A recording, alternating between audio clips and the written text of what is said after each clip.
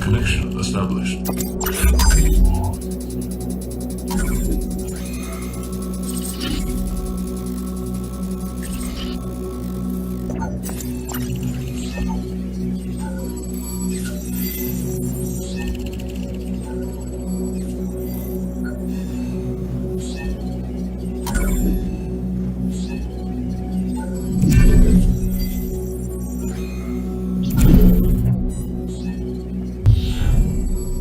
Témoignage de Mamer Sabouchi Mickey, défenseur des droits de l'homme et rescapé des tragédies de 1972 en province de Bururi.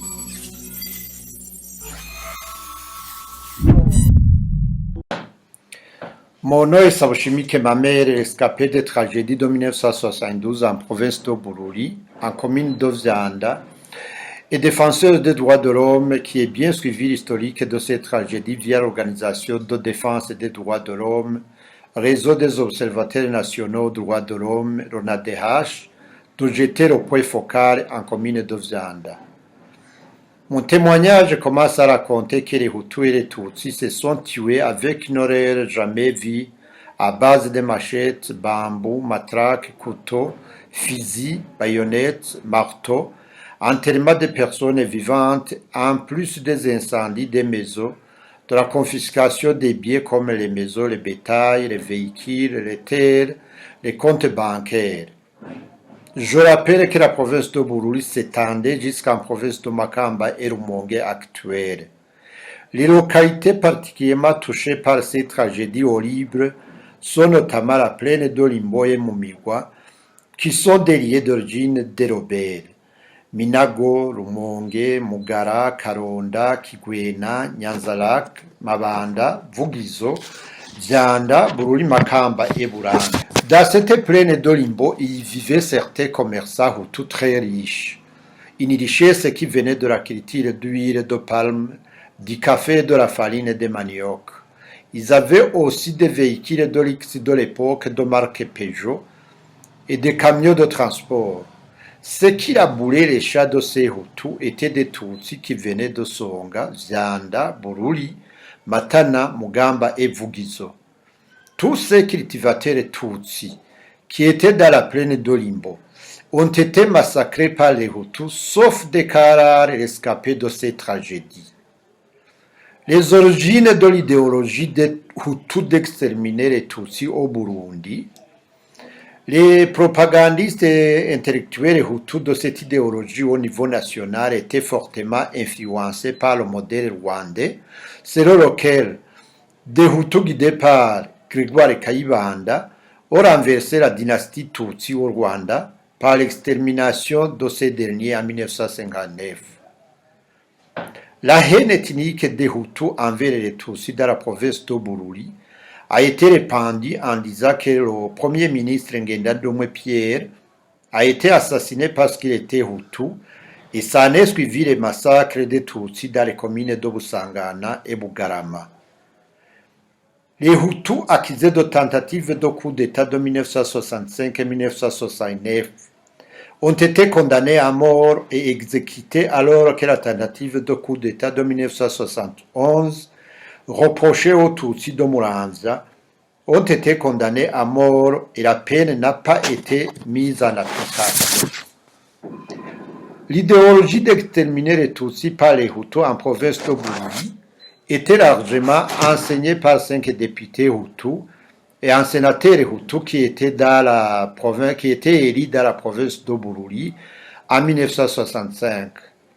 A été du parti Prona, à savoir Ezekias Biolero élu à Rumonge, et principal acteur de cette idéologie, et un sénateur du parti Prona Sylvestre Balibwami. Le reste était du parti du peuple PP, à savoir Jean Baramboulier élu à Makamba, Simon Yankumwe à Nyanzalak, Ephraim Hakiza à Bururi et Wilson Bavakure élu à Matana. Dans cette période, certains membres du Parti du peuple ont été arrêtés à la suite de ces enseignements de division de haine ethnique dans la province de Bururi.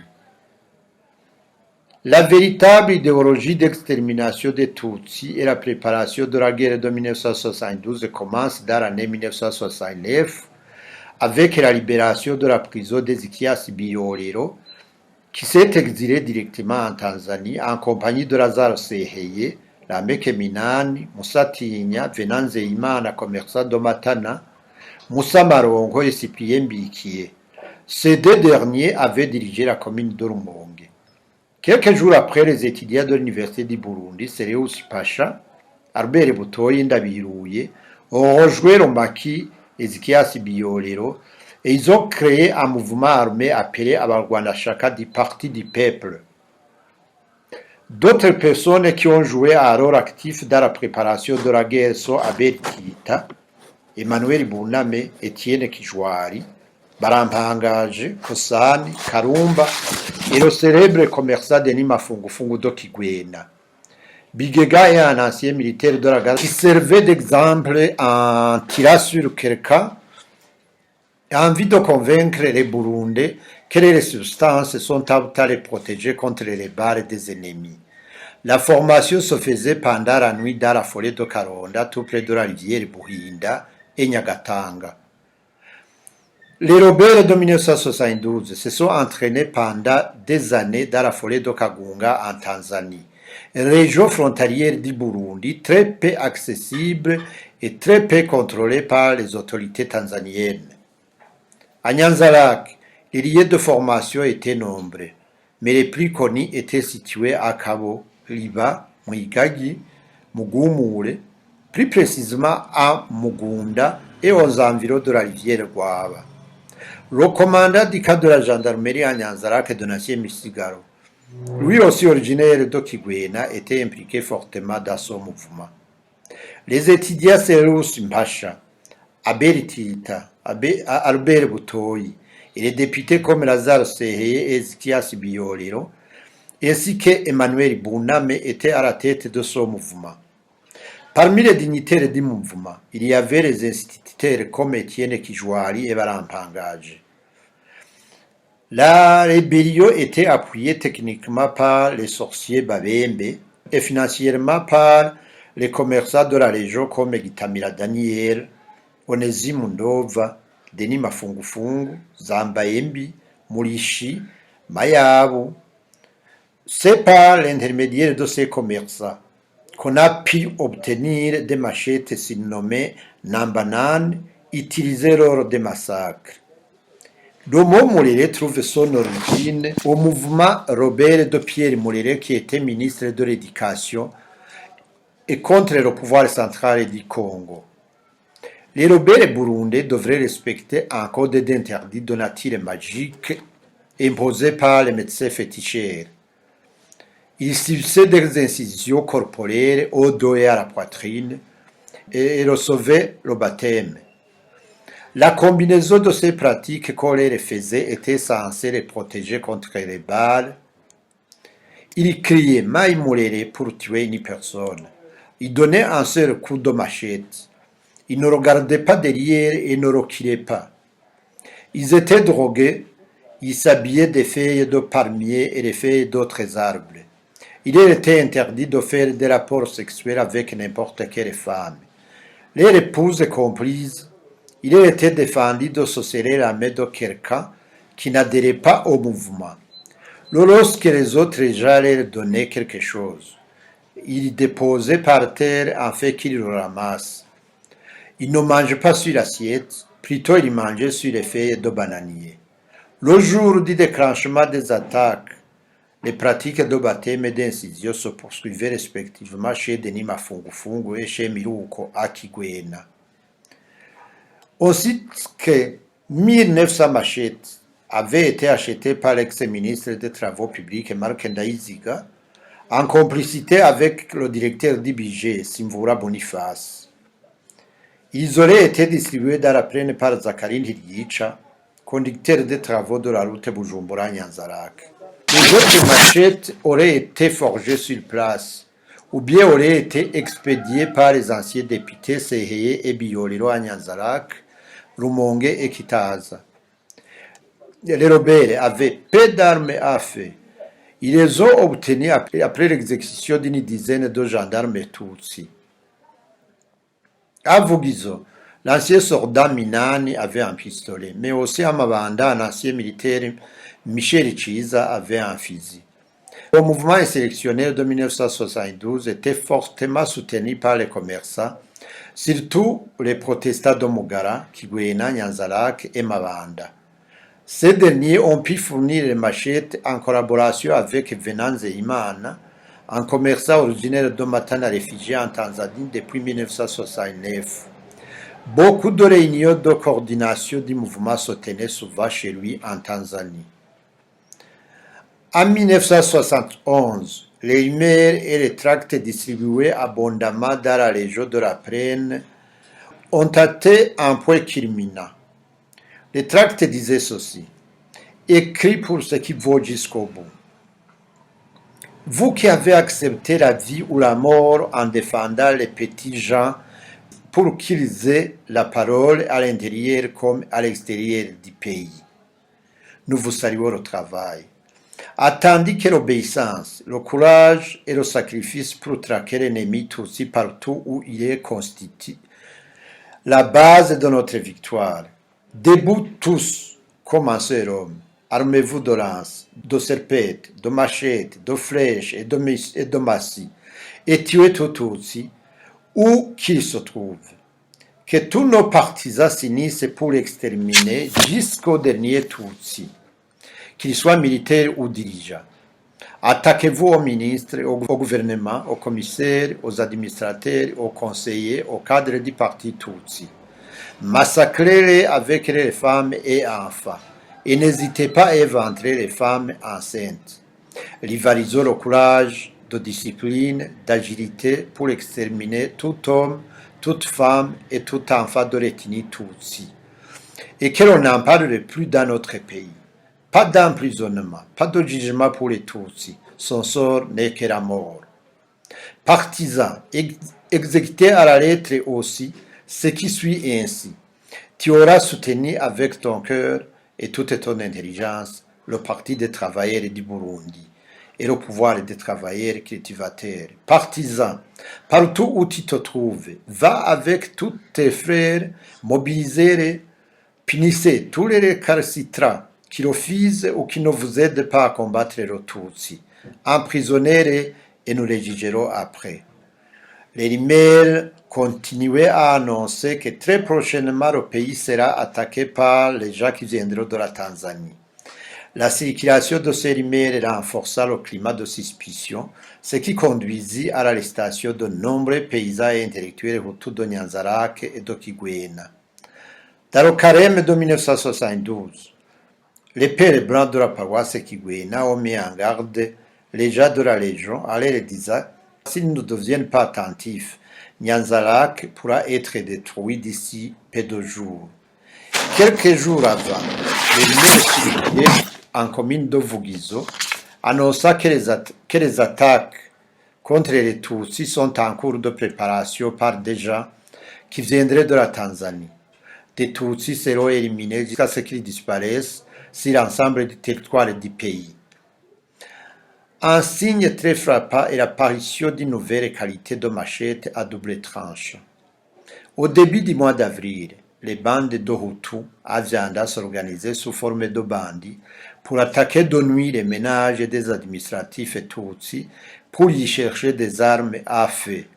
C'est par après qu'on a compris que ce phénomène a entré dans les préparatifs des attaques. C'est cette situation confuse et clivée qui fera l'objet de la tenue d'une réunion de travail des plus hauts responsables de la sécurité le 23 avril 1972 à Bururi.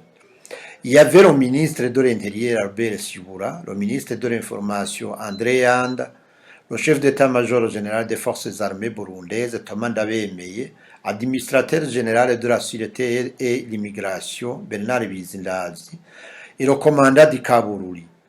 Ils n'ont pas jugé l'affaire suffisamment très grave, mais ils ont décidé tout de même de lancer une campagne de sensibilisation de la population en commençant par le Mongue. C'est dans ce cadre que Les ministres Shibura et Yanda étaient dans cette localité le 29 avril 1972, le jour du début des massacres des Tutsis par les Hutus, pour mettre en garde les rebelles de toute tentative d'exterminer les Tutsis. Toute l'administration de Bururi était descendue à Rumonge dans un meeting de pacification. Malheureusement, en fin de la journée, vers 18h, les massacres de Tutsi ont commencé presque à la même heure à Nyanzarak, Rumonge, Vugizo, Zanda, Mabanda et Bururi sont simultanément attaqués. C'est la même méthode, tous les hommes, zéals, enfants et femmes Batutsi sont systématiquement tués. Le même jour, tous les administratifs de Bururi qui s'étaient rendus à Rumonge ont été tués, découpés en morceaux à la machette. Sur la route de retour, l'équipe de journalistes de la radio qui a couvert la réunion a été massacrée et le véhicule émetteur a été brûlé. Les ministres Shibura et Yanda n'ont eu la vie sauve qu'en passant par une route détournée, car la voie longeant le lac Tanganyika de la frontière sud avec la Tanzanie jusqu'aux portes de la capitale était pleine de rebelles. À Rumonge, la démonstration de tuer un Tutsi par un seul coup de machette, après avoir le ligoté, a eu lieu au stade et les rebelles ont fortement applaudi. Après le coup d'envoi, tout Tutsi attrapé était tué et les rebelles scandaient des cris « Mai Murere Michombero Zi, Bahutu Oye ». Les rebelles s'étaient rendus maîtres du terrain dimanche et lundi. Ils avaient la victoire dans les localités de Minago, Rumonge, Burambi, Karonda, Mugara, Kigwena, Nyanzarak, Mabanda, Vugizo et Zanda. Les assaillants se sont installés à Marcazo. Ils ont hissé un drapeau vert, rouge, vert, en même temps qu'à Mugara et à Rumonge, symbolisant la victoire. Un autre drapeau était sur le Peugeot de Denis Mafungufungu, qui déplaçait les rebelles de Nyanzarak jusqu'à Rumonge. Ils avaient fait fabriquer une pièce de monnaie d'un franc avec le soleil et le vent, qui signifie un pays sans Tutsi. Un soleil et le vent qu'on trouve même actuellement sur le grillage des constructions appartenant aux Hutus à Bujumbura. D'autres drapeaux étaient stockés chez Diomede Ndegeya de Kigwena, à Mugara et dans le camp militaire de Bururi. On soupçonnait également d'autres drapeaux à Kiryama. La situation commence à changer avec l'intervention des militaires à Rumonge, à Mugara, le mardi 2 mai 1972 et à Zanda le jeudi 4 mai 1972. Dans ces localités, il y a eu des affrontements entre les militaires et les rebelles. Les militaires et les membres de la jeunesse révolutionnaire Rwagasore Hutu, qui n'étaient pas impliqués dans ce projet ignoble, confondus avec les Tutsis, ont à leur retour tué les Hutus attrapés dans les localités citées si haut. On brûlait les maisons, pillait les biens. Les Hutus de Vugizo, Nyanzarak et Mabanda ont fui vers la Tanzanie un peu plus tard car ils attendaient à tout moment à communiquer à la radio nationale annonçant leur victoire. A signaler qu'une intervention d'hélicoptère a pu sauver les Tutsis de Vugizo, Zanda et Mabanda, en tirant sur les rebelles qui étaient à Mazinga et à Rabiro qui partageaient la viande dans Bedo Mbonyingingo. Dans mon présent témoignage, je tiens à préciser que les discours aux médias du président de la commission Vérité et Réconciliation, que M. Pierre-Claver Ndayicariye fait sciemment, sont pratiquement contraires à la réalité. Un jour, Ndayicariye a dit qu'un hélicoptère a tiré sur la population innocente dans le sud du pays. L'hélicoptère n'a pas du tout tiré sur la population innocente. L'hélicoptère a tiré sur les rebelles qui massacraient les Tutsis innocents dans la province de Bururi. Pierre-Claver Ndayicariye poursuit à officialiser que sa commission sévère est en train d'enquêter sur l'identité de Mai Murere, les origines et les objectifs. Ici, j'apporte de la lumière. Les Mai Murere ne sont pas venus du Congo voisin, comme le disent certaines personnes. Que personne ne doute pas. Les Mai Murere sont de véritables Burundais que nous connaissons très bien, qui vivaient à Kigwena, Mugara, Nyanzalak, Karonda, Bukanda, Karagara, Kibanda, Mutambara, Gasera, Kalirinza, Mugumure, Rwaba, Nzibwe, Kimwaga, Rumonge, Minago et ainsi de suite. Quant au commissaire de la CVR, Aloïse Batungwana, il a dit un jour à la BBC que c'est le gouvernement de Michel Micombero qui a planifié de tuer les Tutsis pour avoir un prétexte d'éliminer les Hutus. À ce sujet, il serait incompréhensible que ce même gouvernement commence à chercher à couper les têtes de son ministre de l'Intérieur Albert Shibura, en compagnie du ministre de l'Information André Yanda, en campagne de pacification à Rumonge, qui ont échappé à la mort de justesse.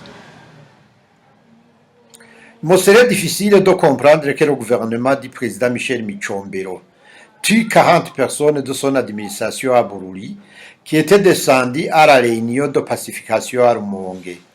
À titre d'exemple, je cite François Nindige, commandant de la gendarmerie à Rumonge, Karenzo Gaspari, président du tribunal à Bururi, procureur Jean Bikamba, Dr Simbiara Cyprien, Isidore Zidona, commissaire d'arrondissement, Donatien Rungarunga, secrétaire du parti Prona, Barampanga Melchiade, commissaire adjoint, Kimaka Antoine, administrateur de la commune Burambi, administrateur Étienne Njobiri, Terence Rubati, président du tribunal à Rumonge, Adolphe Sinaniranye, inspecteur des écoles, Baranyitonde Yepi, directeur des écoles à Rumonge, Ndarusigie Isidore, médecin vétérinaire à Bururi, et d'autres chauffeurs et comptables, sans oublier le commerçant arabe Mohamed Hamadani, qui avait refusé de donner au Robert de l'essence pour oublier les maisons des Tutsis.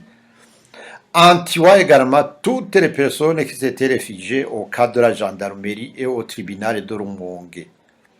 C'est difficile de croire que le même gouvernement à Nyanzarake tue plus de ces 10 gendarmes, son propre commandant Bonihanguye qui était venu de Bujumbura pour donner les soldes aux gendarmes et continuer à massacrer tous les fonctionnaires de l'État entassés chez Daniel, y compris l'administrateur de Vugizo Frédéric Nyonizigiye et le commissaire d'arrondissement adjoint Leonidas Basumbwa, et tout Tutsi se trouvant au cadre de la gendarmerie, au marché et à l'endroit où vivaient les Français, qu'on appelait TZF, téléphone sans fil, et que les mêmes massacres se passent de la même façon à Vugizo et à Mabanda, où les Tutsis étaient entassés de force au chef-lieu de la commune, pour y être massacrés. Je me pose la question de savoir quel intérêt le gouvernement de Michel Micombero pourrait bénéficier en tuant à Viandar au conseiller Sivonio Silver, Kivuvu Alphonse, chef de zone, le policier Majuguja et d'autres simples paysans Tutsis.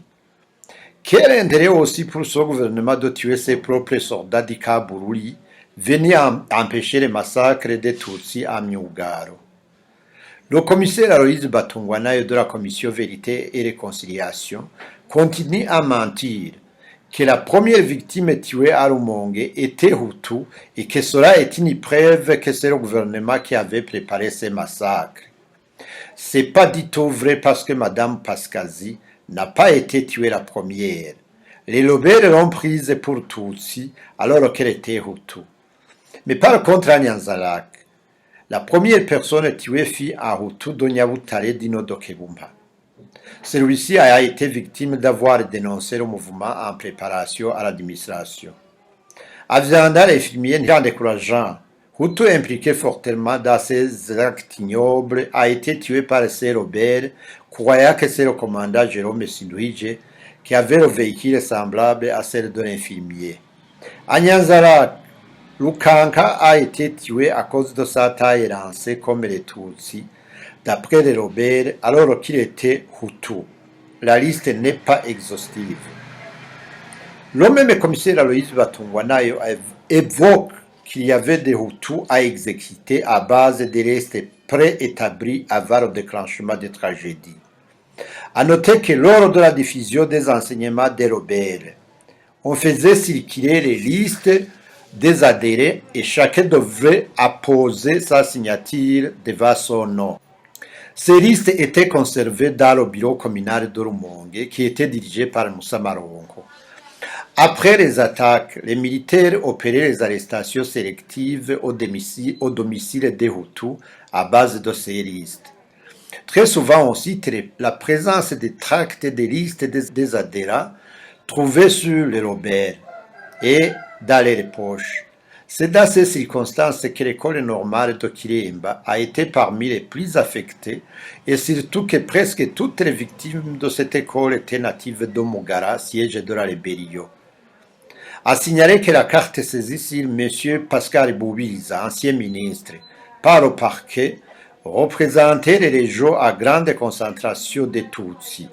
C'était toute la province de Bururi, sauf l'Oro d'Irak, une grande partie de la province Muramvya, une partie de la province Gitega et Ngozi, tout le Mugamba et la capitale Bujumbura.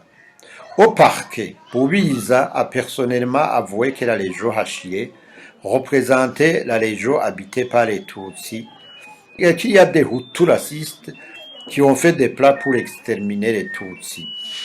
D'autres localités où les Hutus ont été tués à base de listes sur tous les enseignants et les commerçants, c'est Asonga, Mugamba, Matana et Rutovu.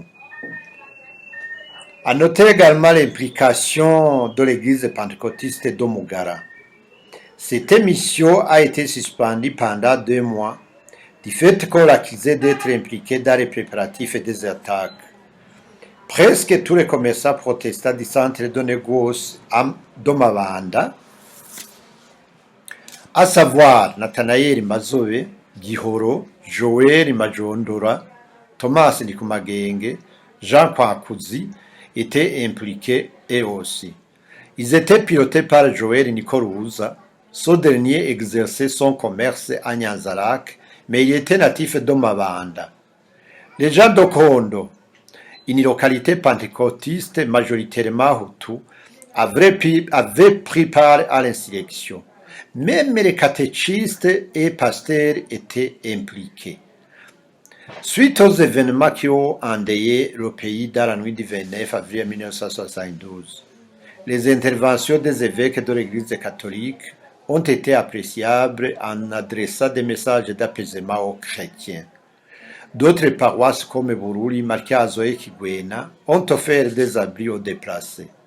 D'autres prêtres des paroisses comme Makamba et Rumeza ont sauvé des enseignants et directeurs d'écoles déjà ligotés et prêts à être tués. Le curé de la paroisse Murago à Burambi, Dokuria Joseph, a donné des mazoutes mélangés avec de l'eau au Robert qui voulait brûler vifs les Tutsis qui étaient réfugiés dans l'église. C'est ainsi que ces gens ont été sauvés car le produit n'a pas pu produire une flamme.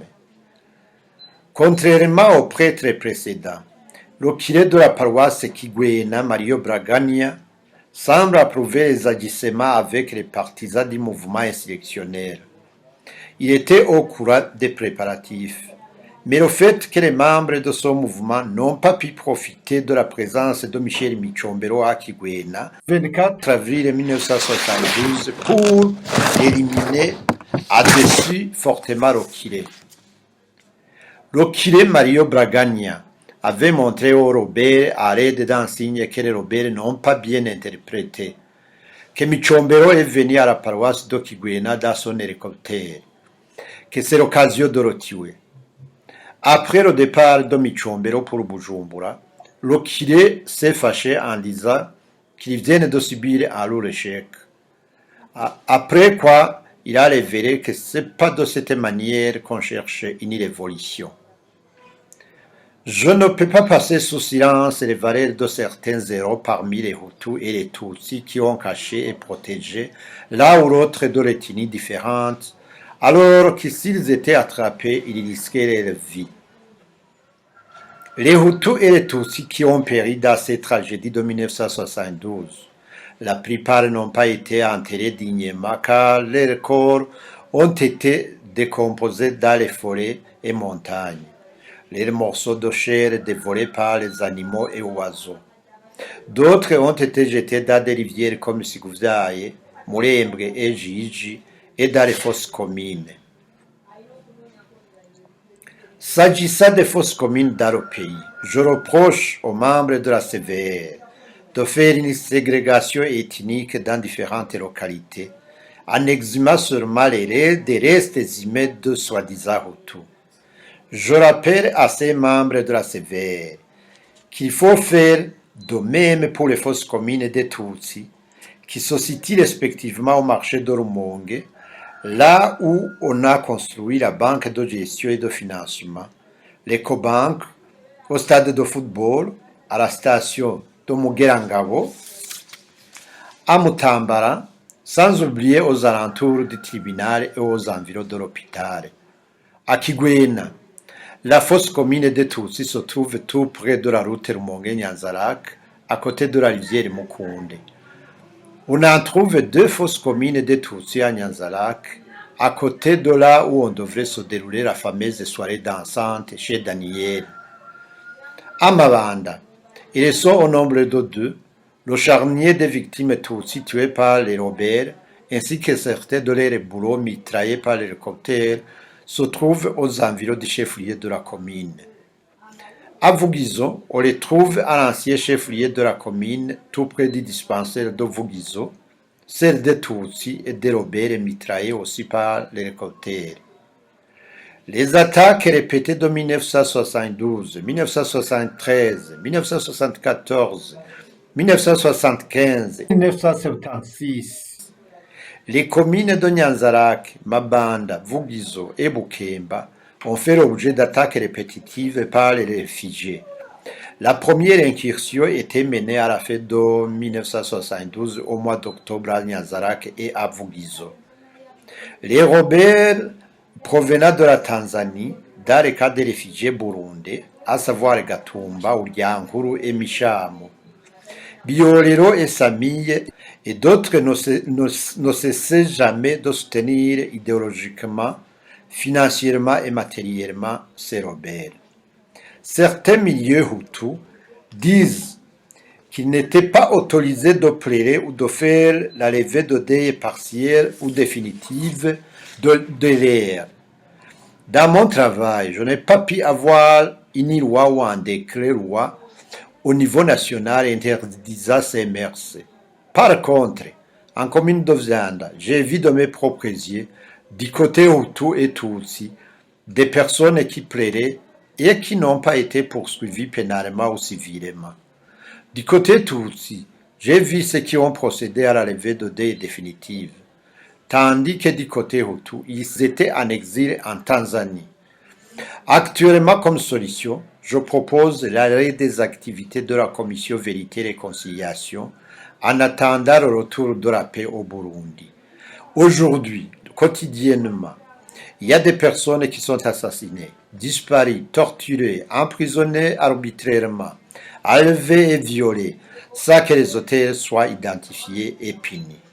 Ce n'est pas donc le moment approprié de faire les activités de la vérité et réconciliation. Je proposerai aussi de faire un recensement de toutes les victimes de cette tragédie de 1972, colline par colline.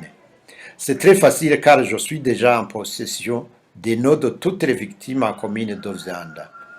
J'invite d'autres Burundais à avoir le courage de témoigner de tout ce qu'ils savent dans cette crise de 1972.